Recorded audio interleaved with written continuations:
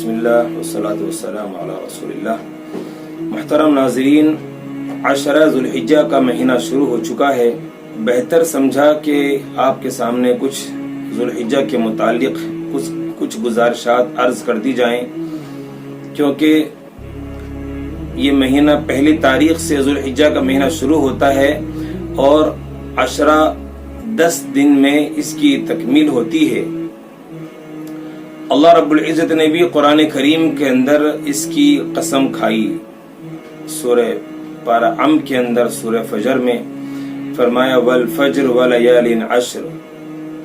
اللہ رب العزت کو کسی چیز کی قسم کھانے کی ضرورت نہیں ہے، لیکن اگر اللہ تعالیٰ کسی چیز پر قسم کھائیں تو یہ اس کی حرمت پر دلالت کرتا ہے اور اس کی عزت، اس چیز کو ایک عزت بخشنا اور اس کو زیادہ ممتاز بنانا مقصد ہوتا ہے۔ تو میرے عزیزو، اللہ تعالیٰ اس سورہ فجر کے اندر جن راتوں کی قسم کھا رہے ہیں اس بارے میں مفسرین فرماتے ہیں کہ اس سے مراد ذوالحجہ کی ابتدائی 10 راتیں ہیں جو ہمارے درمیان اب چل رہی ہیں۔ اور اللہ کے نبی صلی اللہ علیہ وسلم نے ایک موقع پر واضح طور پر اس 10 دنوں کی فضیلت ارشاد فرمائی، یہاں تک کہ فرمایا کہ اللہ تعالیٰ کو عبادت کے اعمال کسی دوسرے دنوں میں اتنے محبوب نہیں ہیں جتنے ان 10 دنوں میں محبوب ہیں، خواہ وہ عبادت نفلی ہوں، نفلی سے نماز مراد ہوں، یا صدقات خیرات یا نفلی روزے یا تسبیحات مراد ہوں، بہت زیادہ اللہ رب العزت کو پسند ہے۔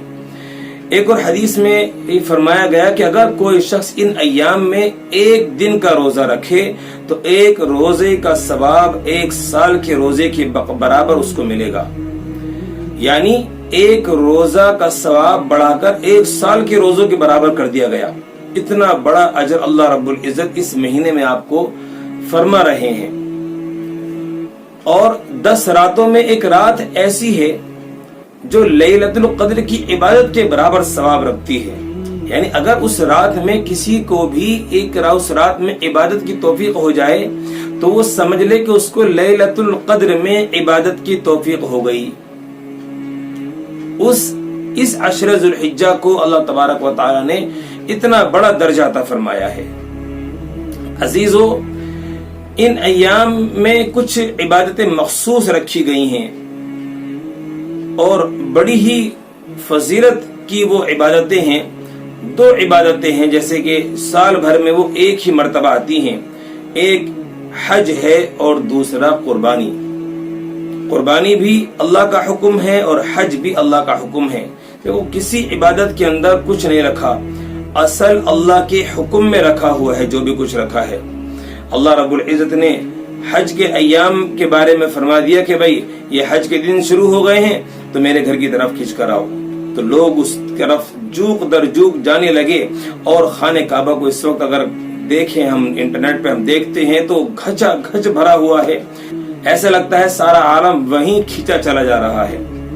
تو یہ ہے خانہ کعبہ کی عظمت اور اس کی طرف ایک اٹریکشن، لوگوں کی ایک کشش اور جاذبیت خانہ کعبہ کی، کہ اللہ رب العزت نے فرمایا کہ میرے گھر کا طواف کرو، میرے گھر کی طرف آؤ، حج کرنے کے لیے آؤ۔ تو یہ کچھ خصوصی ایام ہیں جن میں اتنی بڑی عبادت اللہ رب العزت نے رکھ دی، وہ یہ 10 دن ہیں۔ یہ اللہ کا حکم ہے۔ اصل اللہ نے کسی اور مہینے میں، کسی اور دن میں بھی ان کو رکھ سکتے تھے۔ ساری دنیا جا کر جو ہے وہاں پریشان ہو رہی ہے، سارا عالم وہاں ٹوٹ پڑا ہے، لوگوں کو سکون نہیں ہے، اور لوگ جو ہیں گرمی میں فلاں چیز یہ وہ سب کچھ جھیل جھال کر عقل سے بالکل خلاف کام ہو رہے ہیں۔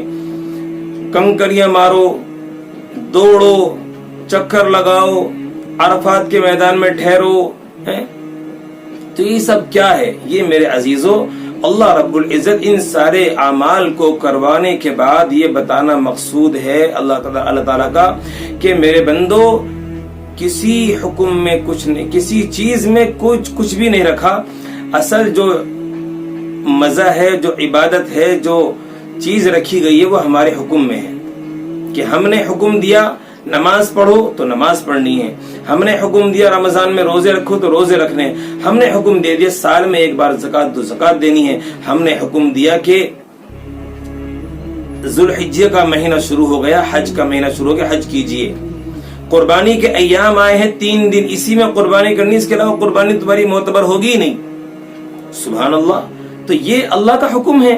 3 دن اللہ نے ہمیں دیے, قربانی کے 3 دن میں ہی کرنی ہے. بھائی خون بہانا خوب اللہ تعالیٰ کے نظر اللہ کو پسند ہے. اللہ کا حکم, چونکہ ہم اس کو عمل کو پورا کر رہے ہیں تو اللہ کا حکم پورا کر رہے ہیں. کسی بھیڑ بکرے اور جو ہے بھینس کو کاٹ دینے سے, اونٹ کاٹ دینے سے کیا ہوتا ہے؟ اصل اللہ کا حکم پورا کر رہے ہیں. تو جن پر اللہ کا حکم صادق ہوتا ہے, جو صاحب نصاب لوگ ہیں متعینہ دنوں میں, ان پر قربانی کرنا واجب ہے, لازم ہے. یہی سب سے بڑی عبادت ہے ان دنوں میں. تو میرے عزیزوں, ہمیں ان دنوں کا احترام اس اعتبار سے کرنا ہے. دوسرا جو عبادت اس میں رکھ دی گئی, اور خاص کر نویں تاریخ کا روزہ جو آدمی رکھے گا اس کے بڑے فضائل ہیں.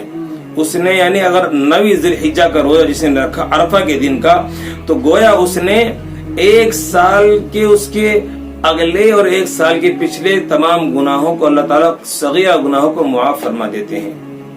کیا بات ہے, کتنا بڑا ذخیرہ آپ کو ان ایام میں مل رہا ہے. علماء فرماتے ہیں سال کے دنوں میں سب سے زیادہ عظیم و شان دن ہے یہ دن.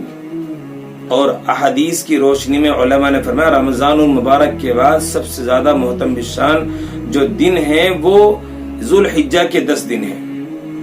تو ہمیں ان دنوں میں گناہوں سے بچنا ہے اور اللہ کی طرف رات کو عبادت کرنی ہے. دن میں روزے رکھیں, ہمت ہو طاقت ہو تو روزے بھی رکھیں, اور اپنی عبادت میں انہماک لے کر آئیں, ذکر و تلاوت میں اپنے آپ کو لگائیں. اور اس سے بڑی کوئی عبادت نہیں ہو سکتی کہ ہم اللہ کی نظر قربانی پیش کریں. جس پر قربانی واجب ہو وہ قربانی پیش کرے. تو اللہ تعالی ہمیں ان باتوں پر عمل کرنے کی توفیق عطا فرمائے, اور آنے والے اور جو گزر رہے ہیں ایام ہمیں ان کی قدر کرنے کی توفیق عطا فرما دے.